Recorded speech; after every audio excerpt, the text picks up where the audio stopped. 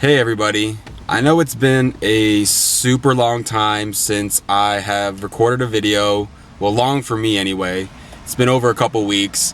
I wanted to do kind of a redo of my video recapping the finale of RuPaul's Drag Race because I felt the video that I did was kind of half-assed. I didn't really give that good of a review. Even for, my low standards, I didn't think it was that good of a review. So I wanted to kind of revisit the finale and do an actual proper review, kind of like in the style that I do all my other reviews. I had this whole thing written up and memorized and scripted, and I was all gung-ho to go for it, and then I kind of got bummed out because of the unfortunate news of the passing of Maddox, aka Claudio, aka C Maddox bitch.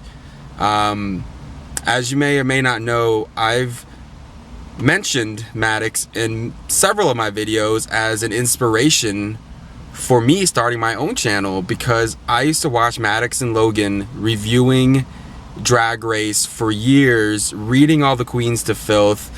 Maddox had such an energy and a sassiness and just a sharp wit and sharp on-point critique, and you would laugh so inappropriately at everything that Maddox and Logan were saying. His passing was just so sudden to me.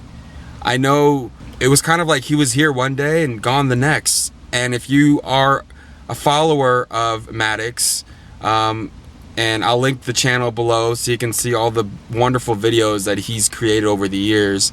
You knew that he recently had some struggles with skin cancer, and he was chronicling his journey in the hospital, going through chemo, the recovery. Even with his setbacks, you saw that he was fighting and he was going to kick this cancer's ass. I mean, he just had that resolve and that fight. And it was a brutal struggle, and you saw the toll, the physical toll that the cancer and the treatments was taking on Maddox, and to the point where you almost didn't recognize him, but his spirit was always there, even though it may have been battered. And all of us, all the fans of Maddox, we were just holding out. We were hoping, we thought he was going to make it through, he was going to fight, and I guess his body just gave out. I don't know the specifics or the details. I didn't know Maddox personally. I followed his channel for years, but I send out my condolences to all of Claudio's family, his friends, to Logan Hardcore, who was his partner in crime in many of those videos, to Bianca Del Rio, who was friends with Maddox and who hosted a fundraiser just recently to help for paying for the treatments. Yeah, I just hate to start this review on such a bummer note. It took me a few days just to get over that fact that it was just like, wow. One of the inspirations for me starting a channel to begin with is gone way before their time. And it just shows you how insidious and indiscriminate cancer can be. I was actually, hoping one day that we could do a little collabo video. Heaven just got one really sassy angel who's gonna read all of us to filth from up above. So even though he's gone physically, he's there somewhere. So let's talk the opening choreography and the reintroduction of all of our beautiful queens. Playing in the background the entire time is, of course, RuPaul's latest single, Sissy That Walk. And I'm not afraid to admit, nor am I ashamed to admit, that I actually like this song now. Because at first I didn't really give it much credit, and then I started listening to the lyrics and the message of empowerment and the fuck offness, and I was like all in. And come on, how can you not queen out when the lyrics tell you to sissy that walk? It was really nice to see all of our queens on one stage for the first time and see them in their brand of drag. Well, mostly in their brand of drag. Milk looked a little out of character for me. Looked good, but out of character. All in all, the girls looked good, but a few outfits I was kind of lukewarm about. But as far as the knockouts, okay, hell has not frozen over, but I honestly think the two best dressed up there were Trinity K. Bonet, that's not the shocker, but also Courtney Act. Yes, Courtney Act. Before I talk about the amazing Trinity, I just have to clarify a little about all the harsh critique that I've been directing towards Courtney Act the latter half of the season. Now that the finale is done and it's been a few weeks of calming down and reflecting, I can say that I was a bit harsh when it came to Courtney. In my first videos, I gush about Courtney because I was excited after seeing her on YouTube, and I was like, this bitch has it in the bag. But then a funny thing happened on the way to the finale, and it seemed the producers did everything in their power to portray her really unflatteringly, and I got swept up in this whole Courtney bashing phenomena. And it's also greatly because I was so in Team Bianca's corner that I was aggressive to any challenger to what I felt was Bianca's rightful claim to the title. But I'm gonna come clean and saying that yes, I was too harsh on Courtney, and I'm formally apologizing to the people that got offended. I can't take back my words because they're on the internet, but I can eat a slice of humble pie. Is that even how you use that saying? I don't know. And I'm going to say that Courtney is an amazing queen, and she's talented, she's beautiful, and she'll continue to have a thriving career despite the minor setback of this show painting her to be not so stellar. But back to the opening though. Courtney looked amazing in that black dress with that long black fishnet looking train, though it seemed to get in her way a lot during the choreography sequence. Trinity K. Bonet looked freaking flawless. I mean, that nude illusion dress was everything. And of course, her hair was perfect and her face was painted to the gods. Trinity is a beautiful drag queen and so freaking talented, and I feel fortunate to have been able to discover her talent through this show. Otherwise, I may never have heard of her or experienced her awesomeness. So those two were my favorite looks. And I have to say, even Darian looked stunning, though it was another sparkly dress, but she looked great and she was feeling it. So she was close to one of the top favorite looks for me. Adore looked okay to me. It wasn't like a standout dress, but it did look a lot more expensive than some of her usual fare, so it really was a step up. And Dela looked oh so Dela, and it was nice to see her hamming it up like she's known to do. I was in the air about Laganja's outfit at first. Her dress was beautiful with that dramatic open front that showed her legs for days, but I was torn whether I liked that Bram Stoker's Dracula wig or not. After deliberating, I said, you know what, I do like it. And overall, I say, good job, Laganja. You looked really good. It was great to see that megawatt smile again. I think Kelly Mantle looked elegant as well, and she looked pretty in her drag, like a mature Hollywood actress. I keep thinking Christine Baranski every time I see her. You know Christine Baranski from Sybil? Sybil? Anybody? Sybil? I watched an episode once. Oh, I think she was also in that movie. What was that movie with Robin Williams and that dude? He was Amador Spartacus. What was it?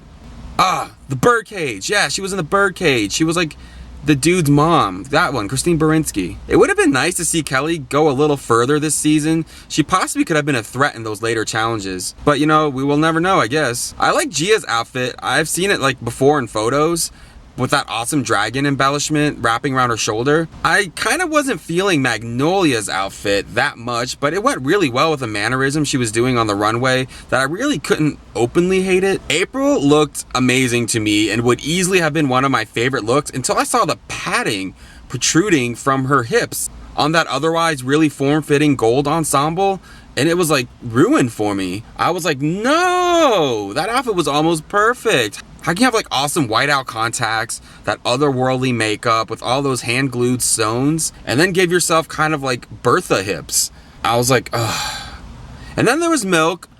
She kind of pulled together a glamour look, trying to show that she could, but we saw in Alaska's behind the scenes segments that Milk wasn't doing her own makeup. Milk had a makeup artist, and that would kind of explain why that didn't seem so Milk to me. I wanted something more avant-garde or something, something more Milk-like, but Milk was showing, another facet of her drag, I guess. Jocelyn Fox looked pretty, but she was kind of pedestrian to me. I hate to say it, but she's still one of my new favorites, but I won't really go in on her that bad. Vivacious looked exactly the way Vivacious should look with her outfit, that half moon headpiece and that walk, walk, walk. I mean, it was Vivacious. That's what we came to know this season from her couple of episodes. Now on to my Queen of Queens, Bianca Del Rio. I feel like I'm about to be a traitor to my generation because I was kind of disappointed with her dress at first.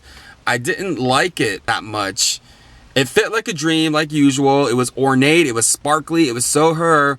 but I thought she was gonna really pull out the stops for the finale. I was thinking she was gonna go all out with maybe some huge headpiece or some outrageous big middle finger to all the folks that think she wears the same silhouette all the time. I was kind of let down. I mean, it was a nice dress, but I was just like let down. I do feel, however, that it gave her more mobility and freedom to stomp that runway when she was getting introduced, but I just wanted more. Thankfully, every time the queens were walking down the runway being introduced to the audience, you saw Bianca's enormous smile, that Joker smile in the background, and you could see she was having like the time of her life, and she was genuinely happy about the other queens being there. And it will certainly not diminish the tour de force known as Hurricane Bianca, and is certainly no reflection of the enormous talent, drive, wit, and intelligence that she possesses. Let's discuss that choreography really quick too. It was really stiff at best, but it got the job done. So overall, I'm gonna give that opening segment kind of like an A-. I have to briefly mention the moment that made me snort when Michelle Visage was announcing, like, ladies and gentlemen, and all the 54 Facebook gender options in between. Like when she introduced RuPaul. And then RuPaul comes down and mentions that it's like one of the most expensive opening numbers that they've done thus far. And also mentions that this season was like the most tweeted and Tumblred season thus far. So it's like, awesome. That's like a good lead in to next season. It was also nice to see like the past Drag Race royalty in the audience. I mean, you see many of them, including like Alaska, Morgan, Jiggly, Latrice, Jinx, Porkchop, Serena, etc., etc. And I was like, wait, is that T.S. Madison next to Mariah? I love me some T.S. Madison, and when she went all in on that whole shemale controversy on her YouTube channel, I was like, note to self, do not get T.S. Madison pissed off at me, because she will rip my head off, shit on my soul, reattach my head before decapitating it again. Just with her words. So don't piss off T.S. Madison. If you don't know what I'm talking about, look at her rant about the shemale controversy. Wow. Oh, how about them dancing men's in the tuxedos? Hot, right? They were thrusting and thrashing and doing things with clothes on that you wish guys would do to you with their clothes off. You know, like, right, ladies? Right, gentlemen? Speaking of the dancing men's, did you see the two Latino poppy dancing men's salsa dancing with each other before one of the breaks? It was hot. I love watching some good salsa dancing, but watching two men with all that energy, when it gets to the final, like, I want to dance with you before they cut to commercial, and that one guy like whips his head to face the camera, the guy on the right with the black gauges in his ears, pause that and tell me if you don't think he is not sexy as hell. He squints his eyes seductively, and it's like screen capture material. I was like, yes, screen cap right there. So then it was like time for the Q&A portion of the finale, where Ru talks to our queens and in the order they were eliminated in, so we can revisit the queens that we only saw a fraction of. I usually don't like this portion because it seems the questions and the answers are rushed, but because they need to get through all the queens. But there were some real gems in there. Like, I like Kelly Mantle's interaction with RuPaul, and it showed how funny Kelly really is. And Magnolia was a little gracious, more gracious than we saw on the show anyway. Vivacious was funny, talking about Ornacia and how Ornacia's gotten so popular that like it's its own celebrity now. Even the dancing men's, like, that dance us into the commercial breaks, they each had like their own Ornacias on their heads. And April got to show off looks that she would have worn had she went further in the competition. And of course those looks were stunning. And she said she knew she wasn't meant to win this season, but because she's meant to win All Stars too. That's arguable, but you know, one can dream. I'm gonna be weird to say that I actually enjoyed RuPaul's interaction with Laganja. Yes, we got like the Laganja, yes mama, okay. But we saw a little bit of the other Laganja, the tolerable Laganja. So it was a good interaction. And Trinity was a freaking beacon of light yet again. She was the beacon of poise and courage, and I was happy that she gave Bianca some credit for transforming her from that shut down, closed off queen to the let's do this queen. The portion with Jocelyn, Dela, and Darian was probably the best one of the queens. I love how cutesy Jocelyn remained still, but the Dela-Darian interaction was really sweet. You can see the friendships are real here, but the Darian Lake surprise with her parents was a nice moment too. I think could have been better served on an episode where Darian could have more time to really react and digest it. She kind of had to go through all of her emotions like really super fast because they had to move on to the next segment. The moment we're all waiting for happens next, and it's, you know, the top three marching out on stage yet again, this time in new outfits. They looked great, But I want to applaud Bianca on that final look because I think it looked fucking fierce. I love the flowers and her makeup was on point and her hair.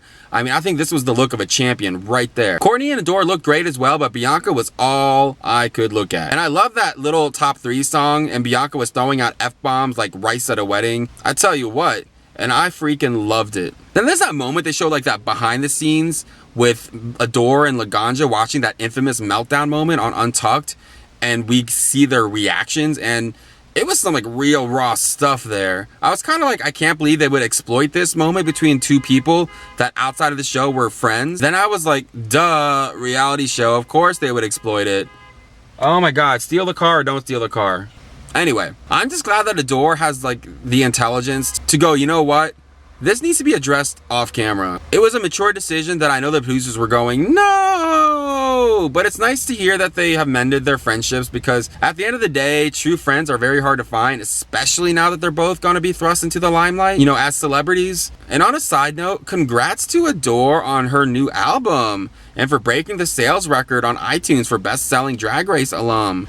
So let's get forward to the moment, the AKA the Jocelyn Andre wedding. I mean, it was a little contrived, I'll give you that, but it was still really sweet. And you know, Ru is an ordained minister, so I mean, like, how's that for convenient? And then having the Scruff Pit crew as bridesmaids was like icing on the cake. But I do hope these two have like a more of a proper wedding for real, because I want more than a 30-second spot on the finale. If I was into weddings, which I'm not, unless maybe like Dylan O'Brien or Tyler Posey or Daniel Sharman from Teen Wolf proposed to me, or maybe Noel Fisher or Cameron Monaghan from Shameless. Okay, if one of those 5 proposed to me, or whoever my guy of the moment would be, then I might be into weddings.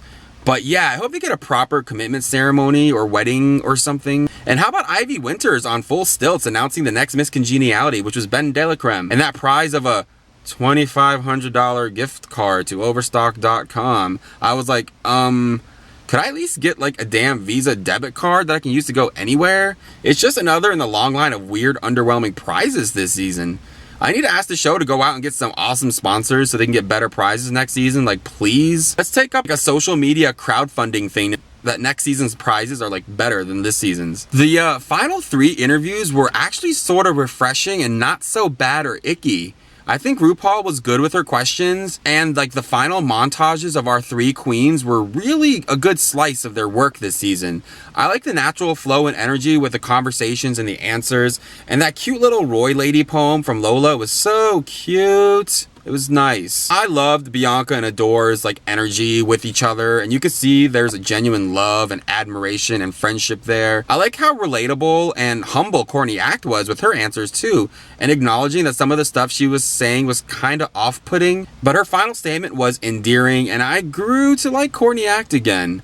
The Courtney we should have seen this season. Overall, this was like the perfect final 3, I think. All 3 were just so different from the others, and it didn't hurt they were perfect for that ABC final 3 thing. And okay, I hate to segue again, but if anyone in YouTube land can give me the name of that one male dancer, the Latino guy with the gauges in his ears and the poppy beard such as mine, and like the full black hair, let a brother know, alright? Just I'll leave it in the comment section below if you know what that dancer's name is. So that's gonna be my challenge to my viewers. Find out that Poppy's name so we can all cyberstalk him on all social media platforms. Thanks! I also want to quickly note that Jinx looked amazing in that emerald green dress, and her makeup was flawless. I mean, a year being the drag superstar has really done wonders for Miss Monsoon, and I'm really happy with all the success she's had this past year. She really deserved it. And then we got to the moment we were waiting for, RuPaul crowning Bianca Del Rio our queen of season 6 of RuPaul's Drag Race. I wish I had filmed one of those reaction videos like the other smart people did to capture the moment, or I was at a bar queening out with like the hundreds of other fans, but I just did my celebratory shriek in the privacy of my own home, and I downed like half a bottle of wine in one gulp because I was freaking happy as shit. Bianca really slayed this season. It was really nice to see someone that really earned the crown actually win the crown. And it was also nice to see those little candid moments as the credits are rolling of the queens congratulating Bianca. Even Bianca and Laganja gave each other a hug, and that was pretty sweet, you know, despite their history on the show. And of course, how about Judge Judy making that cameo at the end? How was that for a freaking A-lister? So yeah, that was my review, kind of my redo review of the finale.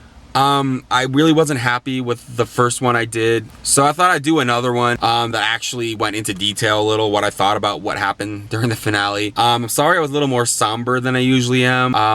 Like I said, I'm just bummed out about the passing of Maddox. I didn't think it would affect me as much since I didn't really know Maddox. I always kind of get affected when I see stories of young people going way before their time, whether it be the young people fighting for our country in war, or, you know, the young people in their courageous battles with, you know, illnesses and disease that you see on the headlines, and the people on YouTube that you see that have made a name for themselves battling illness and chronicling their life, the end of their life. I don't know, I always get moved by it. I always really take it more personal than I think I should, because it just really saddens me when people, you know, have so much potential and it's cut short. And maybe they fulfilled what they were supposed to in this life. They had so many years left, so many quality years left, and it just, I always get sad when lives get cut so short. And sometimes it makes me so pissed off that maybe I'm not fulfilling my potential and I'm wasting all my years when I could be living life to the fullest, and I'm not. So that's why I was just a little more somber this time around. I've got some Teen Wolf reviews coming up. The new season is starting, so if you like Teen Wolf, check me out for that. Season 7's going to be a few months from now, so that's going to be a little break from RuPaul's Drag Race reviewing for me. And I really want to get into some vlogging, so keep on the lookout for some vlogs, some original vlogs for me. And just thank everybody for sticking with me, for subscribing, for commenting. And I will get back to y'all as soon as I can. Take care.